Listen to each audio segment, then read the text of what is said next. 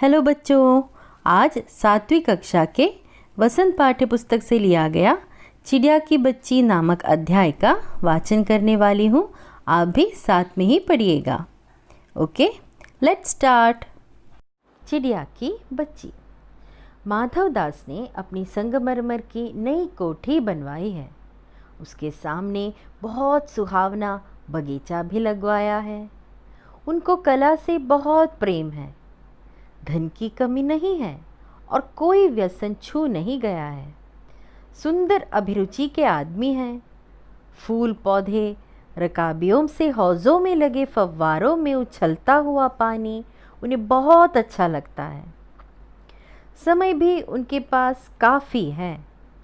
शाम को जब दिन की गर्मी ढल जाती है और आसमान कई रंग का हो जाता है, तब कोठी के बाहर चबूतरे पर तख्त डलवाकर मसनद के सहारे व गलीचे पर बैठते हैं और प्रकृति की छटा निहारते हैं। इनमें मानो उनके मन को तृप्ति मिलती है। मित्र हुए तो उनसे विनोद चर्चा करते हैं, नहीं तो पास रखे हुए फर्शी हुक्के की सटक को मुंह में दिए ख्याल ही ख्याल में संध्या को स्वप्न की भांति गुजार देते हैं। आज कुछ कुछ बादल थे। घटा गहरी नहीं थी। धूप का प्रकाश उनमें से छन छन कर आ रहा था। माधव दास मसनद के सहारे बैठे थे। उन्हें जिंदगी में क्या स्वाद नहीं मिला है, पर जी भरकर भी कुछ खाली सा रहता है। उस दिन संध्या समय उनके देखते देखते सामने की गुलाब की डाली पर एक चिड़िया आन बैठी। चिड़िया बहुत सुंदर थी। उसकी गर्दन लाल थी और गुलाबी होते होते किनारों पर जरा जरा नीली पड़ गई थी। पंख ऊपर से चमकदार स्याह थे। उसका नन्हा सा सिर तो बहुत प्यारा लगता था और शरीर पर चित्र विचित्र चित्रकारी थी। चिड़िया को मानो माधवदास की सत्ता का कुछ पता नहीं था और मानो तनिक देर का आराम भी उसे नहीं चाहिए था। कभी पर हिलाती थी, कभी फुदकती थी। वह खूब खुश मालूम होती थी। अपनी नन्ही सी चोंच से प्यारी प्यारी आवाज निकाल रही थी। माधवदास को वह चिड़िया बड़ी मनमानी लगी। उसकी स्वच्छंदता बड़ी प्यारी जान पड़ती थी। कुछ देर तक वह उस चिड़िया का इस डाल से उस डाल थिरकना देखते रहे। इस समय वह अपना बहुत कुछ भूल गए। उन्होंने उस चिड़िया से कहा, आओ, तुम बड़ी अच्छी आई। यह बगीचा तुम लोगों के बिना सूना लगता है। सुनो चिड़िया, तुम खुशी से यह समझो कि यह बगीचा मैंने तुम्हारे लिए ही बनवाया है। तुम बेखटके यहाँ आया करो। चिड़िया पहले तो असावधान रही, फिर जानकर कि बात उससे की जा रही है, वह एकाएक तो घबराई। फिर संकोच को जीत कर बोली, मुझे मालूम नहीं था कि यह बगीचा आपका है। मैं अभी चली जाती हूँ। पल भर सांस लेने में यहाँ टिक गई थी। माधवदास ने कहा, हाँ, बगीचा तो मेरा है। यह संगमरमर की कोठी भी मेरी है। लेकिन इस सब को तुम अपना भी समझ सकती हो। सब कुछ तुम्हारा है। तुम कैसी भोली हो, कैसी प्यारी हो। जाओ नहीं, बैठो। मेरा मन तुमसे बहुत खुश होता है। चिड़िया बहुत कुछ सकुचा गई। उसे बोध हुआ कि यह उससे गलती तो नहीं हुई कि वह यहाँ बैठ गई है। उसका थिरकना रुक गया। भयभीत सी वह बोली, मैं थक कर यहाँ बैठ गई थी। मैं अभी चली जाऊंगी। बगीचा आपका है, मुझे माफ़ करें। माधवदास ने कहा, मेरी भोली चिड़िया, तुम्हें देखकर मेरा चित्त प्रफुल्लित हुआ है। मेरा महल भी सूना है। वहाँ कोई भी चहचहाता नहीं है। तुम्हें देखकर मेरी रागनियों का जी बहलेगा। तुम कैसी प्यारी हो, यहाँ ही तुम क्यों न रहो? चिड़िया बोली, मैं माँ के पास जा रही हूँ, सूरज की धूप खाने और हवा से खेलने और फूलों से बात करने। मैं ज़रा घर से उड़ आई थी, अब सांझ हो गई है और माँ के पास जा रही हूँ। अभी अभी मैं चली जा रही हूँ, आप सोच न करें। माधवदास ने कहा, प्यारी चिड़िया, पगली मत बनो। देखो तुम्हारे चारों तरफ कैसी बहार है। देखो वो पानी खेल रहा है, उधर गुलाब हंस रहा है। भीतर महल में चलो, जाने क्या क्या न पाओगी। मेरा दिल वीरान है, वहाँ कब हंसी सुनने को मिलती है। मेरे पास बहुत सा सोना मोती है, सोने का एक बहुत सुंदर घर है, मैं तुम्हें बना दूंगा। मोतियों की झालर उसमें लटकेगी, तुम मुझे खुश रखना। और तुम्हें क्या चाहिए? माँ के पास बताओ क्या है। तुम यहाँ ही सुख से रहो, मेरी भोली गुड़िया। चिड़िया इन बातों से बहुत डर गई। वो बोली, मैं भटक कर तनिक आराम के लिए इस डाली पर रुक गई थी, अब भूल कर भी ऐसी गलती नहीं होगी। मैं अभी यहाँ से उड़ी जा रही हूँ। तुम्हारी बातें मेरी समझ में नहीं आती है। मेरी माँ के घोंसले के बाहर बहुतेरी सुनहरी धूप बिखरी रहती है। मुझे और क्या करना है? 2 दाने माला देती है और जब मैं पर खोलने बाहर जाती हूँ तो माँ मेरी बाट देखती रहती है।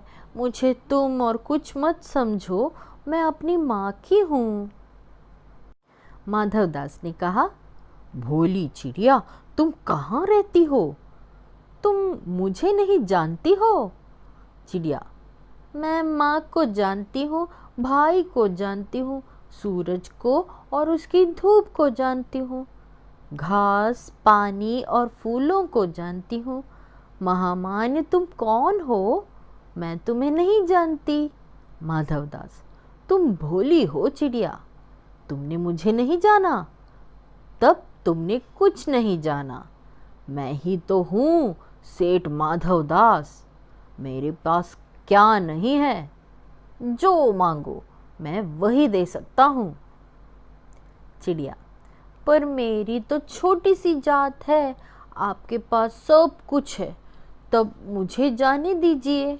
माधवदास, चिड़िया, तू मेरी अनजान है, मुझे खुश करेगी तो तुझे मालामाल कर सकता हूँ। चिड़िया, तुम सेठ हो, मैं नहीं जानती सेठ क्या होता है, पर सेठ कोई बड़ी बात होती होगी। मैं अनसमझ ठहरी। माँ मुझे बहुत प्यार करती है, वो मेरी राह देखती होगी। मैं मालामाल होकर क्या होऊंगी? मैं नहीं जानती मालामाल किसे कहते हैं। क्या मुझे वह तुम्हारा मालामाल होना चाहिए? सेठ, अरे चिड़िया, तुझे बुद्धि नहीं है, तू सोना नहीं जानती? सोना उसी की जगत को तृष्णा है। वो सोना मेरे पास ढेर का ढेर है। तेरा घर समूचा सोने का होगा। ऐसा पिंजरा बनाऊंगा कि कहीं दुनिया में न होगा, ऐसा कि तू देखते रह जाए। तू उसके भीतर थिरक फुदक कर मुझे खुश करियो, तेरा भाग्य खुल जाएगा। तेरे पानी पीने की कटोरी भी सोने की होगी। चिड़िया, वो सोना क्या चीज होती है? सेठ, तू क्या जानेगी, तू चिड़िया जो है। सोने का मूल्य सीखने के लिए तुझे बहुत सीखना है। बस यह जान ले कि सेठ माधवदास तुझसे बात कर रहा है, जिससे मैं बात कर लेता हूँ उसकी किस्मत खुल जाती है। तू अभी जग का हाल नहीं जानती। मेरी कोठियों पर कोठियां हैं, बगीचों पर बगीचे हैं, दास दासियों की संख्या नहीं है, पर तुझसे मेरा चित्त प्रसन्न हुआ है। ऐसा वरदान कब किसी को मिलता है? अरे चिड़िया, तू इस बात को समझती क्यों नहीं? चिड़िया, सेठ, मैं नादान हूँ, मैं कुछ समझती नहीं, पर मुझे देर हो रही है, माँ मेरी बाट देखती होगी। सेठ, ठहर ठहर, इस अपने पास के फूल को तूने देखा? यह एक है, ऐसे अनगिनती फूल हैं, ऐसे अनगिनती फूल मेरे बगीचों में हैं। वे भांति भांति के रंग के हैं, तरह तरह की उनकी खुशबू हैं। चिड़िया, तेने मेरा चित्त प्रसन्न किया है और वे सब फूल तेरे लिए खिला करेंगे। वहाँ घोंसले में तेरी माँ है, पर माँ क्या है? इस बहार के सामने तेरी माँ क्या है? वहाँ तेरे घोंसले में कुछ भी तो नहीं है। तू अपने को नहीं देखती? कैसी सुंदर तेरी गर्दन, कैसी रंगीन देह, तू अपने मूल्य को क्यों नहीं देखती? मैं तुझे सोने से मढ़कर तेरे मूल्य को चमका दूंगा। तेने मेरे चित्त को प्रसन्न किया है, तू मत जा, यहीं रह। चिड़िया, सेठ, मैं अपने को नहीं जानती, इतना जानती हूँ कि माँ मेरी माँ है और मुझे यहाँ देर हो रही है। सेठ, मुझे रात मत करो, रात में अंधेरा बहुत हो जाता है और मैं राह भूल जाऊंगी। सेठ ने कहा, अच्छा चिड़िया, जाती हो तो जाओ, पर इस बगीचे को अपना ही समझो, तुम बड़ी सुंदर हो। यह कहने के साथ ही सेठ ने एक बटन दबा दिया। उसके दबने से दूर कोठी के अंदर आवाज हुई, जिसे सुनकर एक दास झटपट भागकर बाहर आया। यह सब क्षण भर में हो गया और चिड़िया कुछ भी नहीं समझी। सेठ कहते रहे, तुम अभी माँ के पास जाओ, माँ बाट देखती होगी, पर कल आओगी ना? कल आना, परसों आना, रोज आना। यह कहते कहते दास को सेठ ने इशारा कर दिया और वह चिड़िया को पकड़ने के जतन में चला। सेठ कहते रहे, सच तुम बड़ी सुंदर लगती हो। तुम्हारी भाई बहन हैं? कितने भाई बहन हैं? चिड़िया, 2 बहन 1 भाई, पर मुझे देर हो रही है। हाँ हाँ, जाना, अभी तो उजेला है। 2 बहन 1 भाई है, बड़ी अच्छी बात है। पर चिड़िया के मन के भीतर जाने क्यों चैन नहीं था। वह चौकन्नी हो चारों ओर देखती थी।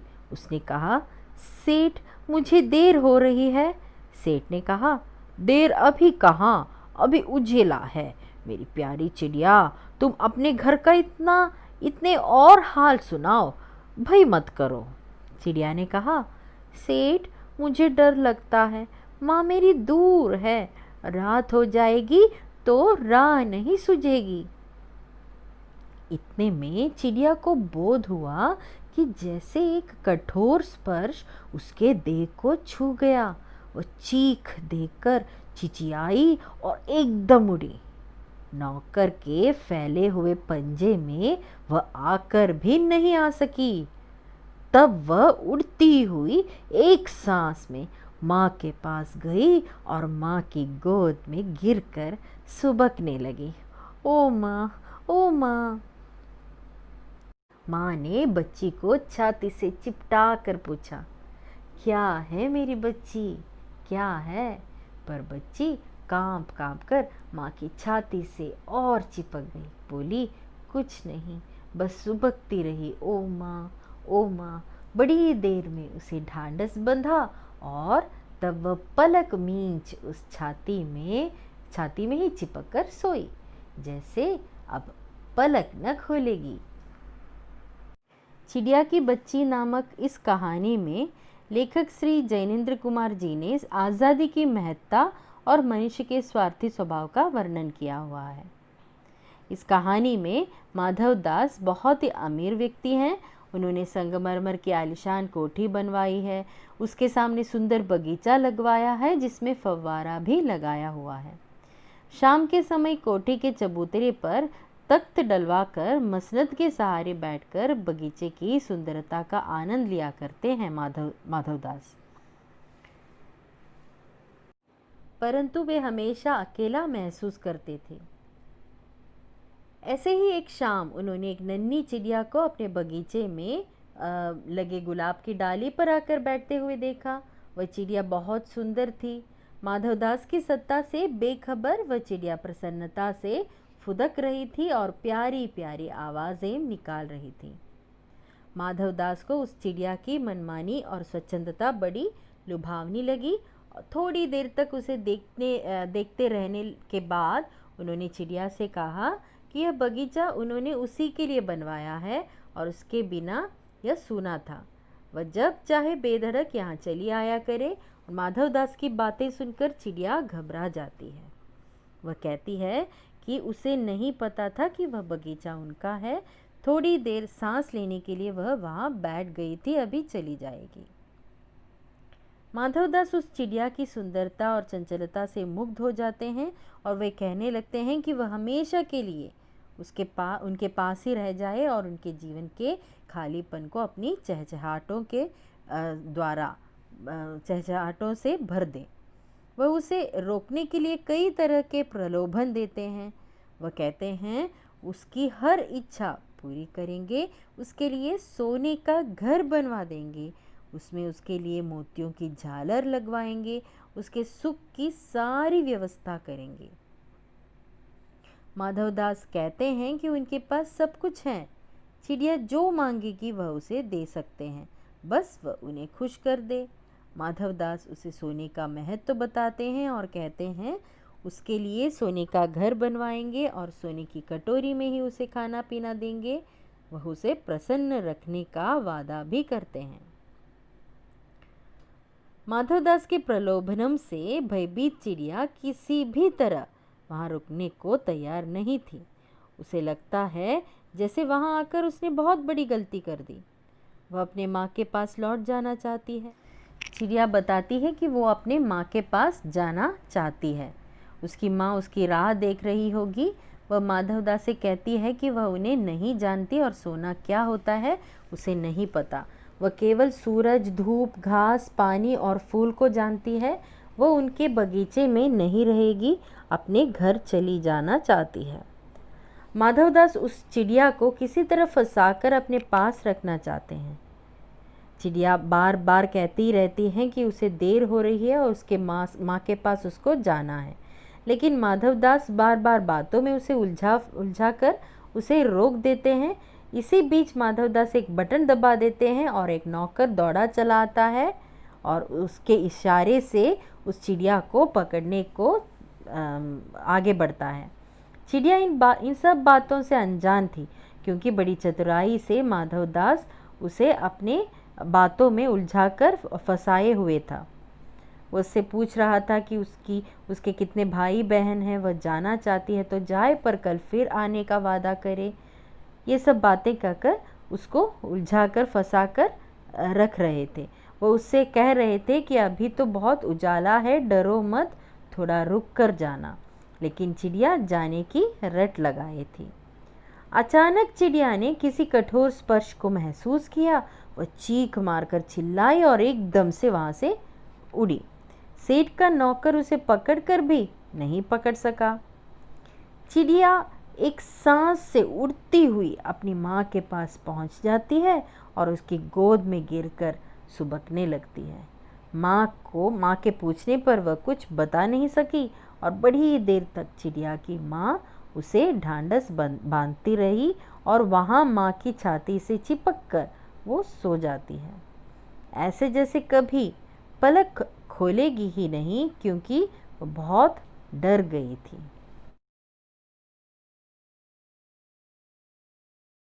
अगर ये वीडियो आपको अच्छा लगा तो अपने दोस्तों के साथ शेयर कीजिएगा। जिन्होंने सब्सक्राइब नहीं किया हो सब्सक्राइब कीजिए और नोटिफिकेशन के लिए बेल आइकन दबाइएगा। अभी अगली वीडियो में मिलते हैं। Thank you.